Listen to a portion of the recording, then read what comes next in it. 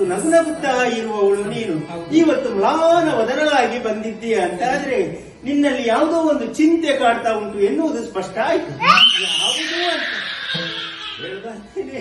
ಅಪ್ಪ ಜನಿಸಿದರಿಂಗೆ ಉದ್ಯೋಗ